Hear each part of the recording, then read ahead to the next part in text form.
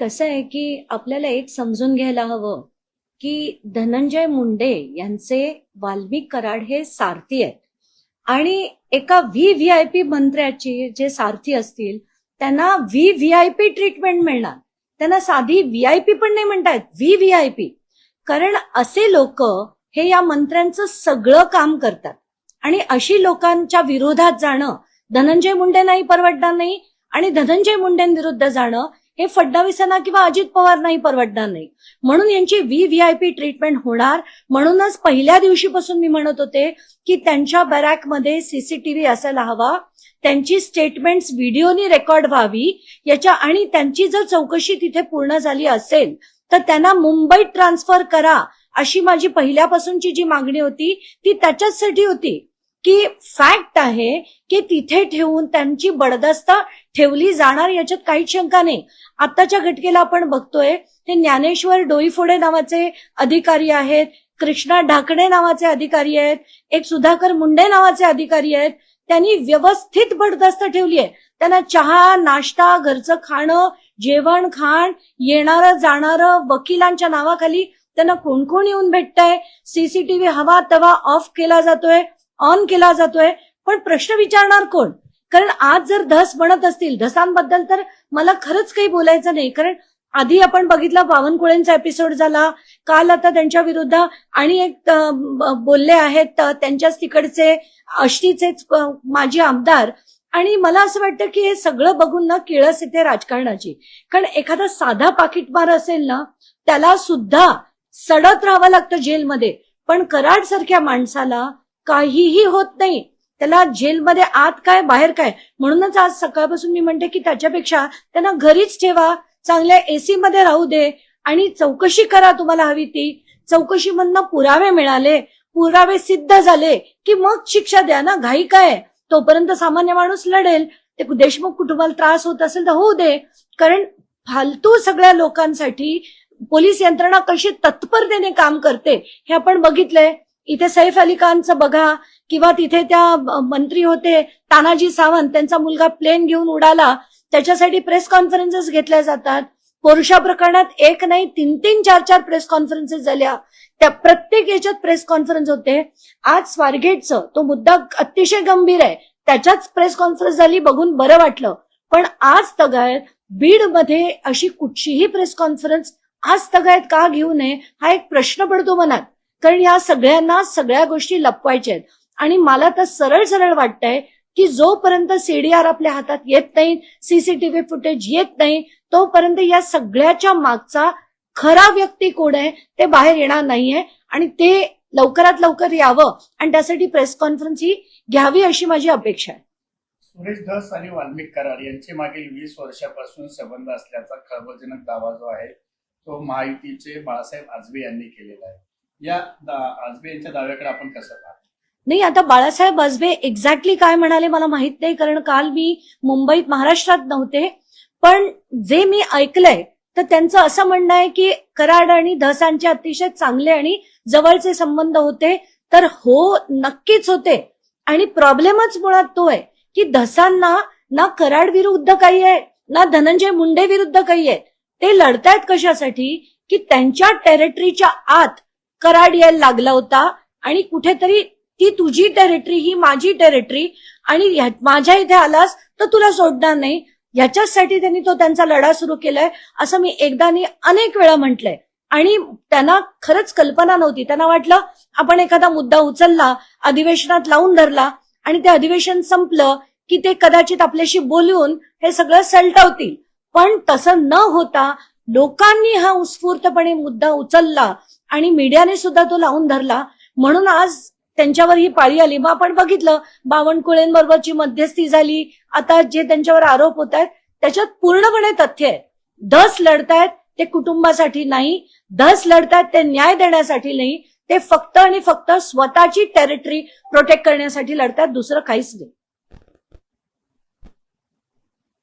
Swargate ST depot मधील शिवशाही बसमध्ये एक तरुणीवरती अत्याचार झाला होता आणि या अत्याचारानंतर गृह राज्यमंत्री जे आहेत योगेश कदम यांनी एक वक्तव्य केलेलं आहे. मात्र त्या वक्तव्यामुळे सगळीकडे आता खळबळ माजली. त्यांचं असं म्हणणं होतं की जेव्हा अत्याचार होता तेव्हा तरुणीने विरोध केला नाही, तिने आरडाओरडा केला नाही, कुठेतरी तिची संमती असल्याचा किंवा पोलिसांना पाठीशी घालण्याचं त्यांच्या या वक्तव्यातून दिसून येतं. त्यांचं हे वक्तव्य ऐकून इतकी किळस येते की एखादा माणूस असा विचारच कसं करू शकतो.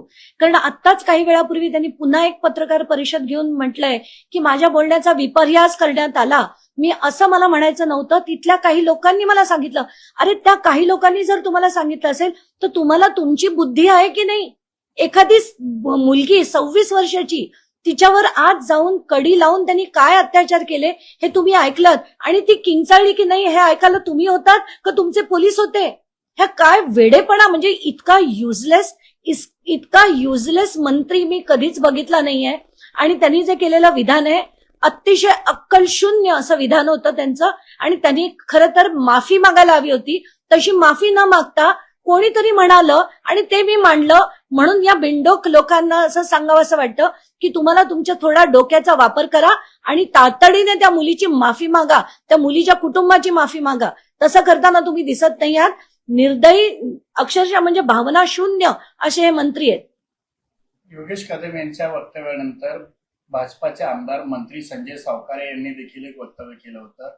त्यांच्या वक्तव्यानुसार कुठेतरी अशा घटना या घडतच असतात, कारवाई देखील होत असते. एखादी घटना घडली म्हणून महिला सुरक्षित नाही असं म्हणणं योग्य नाही. नाही, महिला सुरक्षित योग्य नाही म्हणणं इतपत ठीक होतं, पण ते जे बाकीचं बोलले की अशा घटना घडत असतात, अरे घडू नये म्हणूनच तर आम्ही सांगतोय की तुमचे गृहमंत्री काय करतायत. जो पोलीस विजिल पाहिजे, जे पोलिसांचे फेरफटके पाहिजेत, अशा ठिकाणी सीसीटीव्ही फुटेज, कॅमेरा सारखे ऑब्झर्व पाहिजेत. म्हणजे सीसीटीव्ही असणं नाही, ते गुन्ह्यानंतर त्याचा वापर नाही, गुन्हा घडताना किंवा त्याच्या आधी कळलं पाहिजे. त्याच्यासाठी त्याला जी विजिल लागते ती तुम्ही करताना दिसत नाहीये. ती करा हे सांगायचं कर्तव्य होतं. ते आमदार भलतच काहीतरी बोलतात, ऐकून अतिशय राग येतो, संताप होतो अशांचा. आर पाटील एकदा एका अशाच प्रकरणामध्ये त्यांनी म्हटलं होतं की बडे बडे देशों में छोटी छोटी घटना होती रहती है. मात्र आता अशाच काही सेन्सिटिव्ह घटना घडत असताना सरकारमधील मंत्री योगेश कदम असेल किंवा संजय सावकारे असतील यांची वक्तव्य देखील आर पाटलांच्या वक्तव्यासारखीच काहीतरी वाटतं. तर सरकार विरोधकांनी याचा राजीनामा मागणे नाही, मला आर पाटलांबद्दल खरा आदर होता. त्यांचं हे एक वक्तव्य चुकलं असेल, पण ते व्यक्ती तसे नव्हते असं मला वाटतं. पण त्यानंतरचे हे जे आता आपण या लोकांना त्यांच्याशी कम्पेअरच करू नये. योगेश कदम म्हणा किंवा सावकारे म्हणा, यांना त्यांच्याशी कम्पेअर करण्यात येऊ नये. कारण खरं आर पाटलांना एक विजन तरी होती.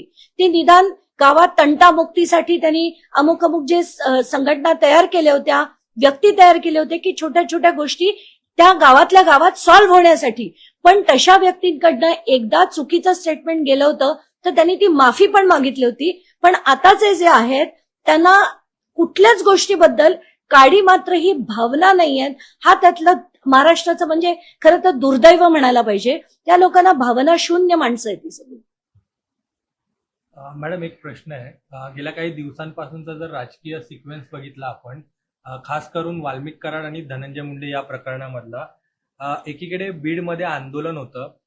ते आंदोलन सुरू असतानाच दुसरीकडे जी मागणी, प्रमुख मागणी खरं तर धनंजय देशमुख यांच्याकडून करण्यात होती की सरकारी वकील उज्ज्वल निकम यांची नियुक्ती करावी, आणि ती नियुक्ती झाली. त्यानंतर आपण पाहिलं तर 1800 पानांची चार्जशीट देखील या प्रकरणामध्ये दाखल झालेली आहे.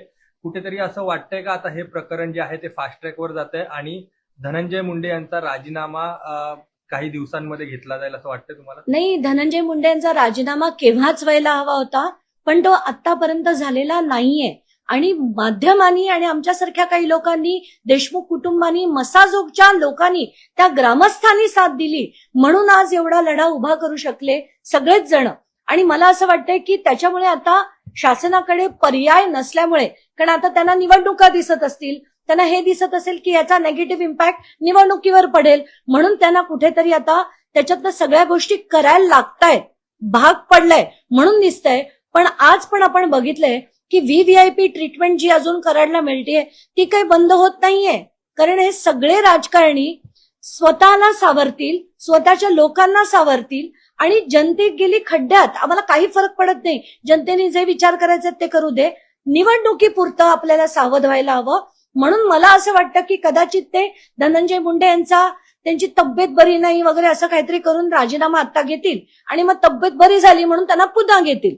तर आताच्या घटकेला निवडणुकीपुरतं त्यांना कदाचित बाजूला केलं जाईल, पण आम्हाला तसा राजीनामा नकोय. आम्हाला त्यांच्या या सगळ्या गोष्टींवर राजीनामा झालेला पाहिजे. त्यांचं नाव आहे ते पुढे आलं पाहिजे, कारण ते सीडीआर मध्ये आहे एवढी मला खात्री आहे, पण ते बाहेर आलं पाहिजे. ते बाहेर येताना दिसत नाहीये.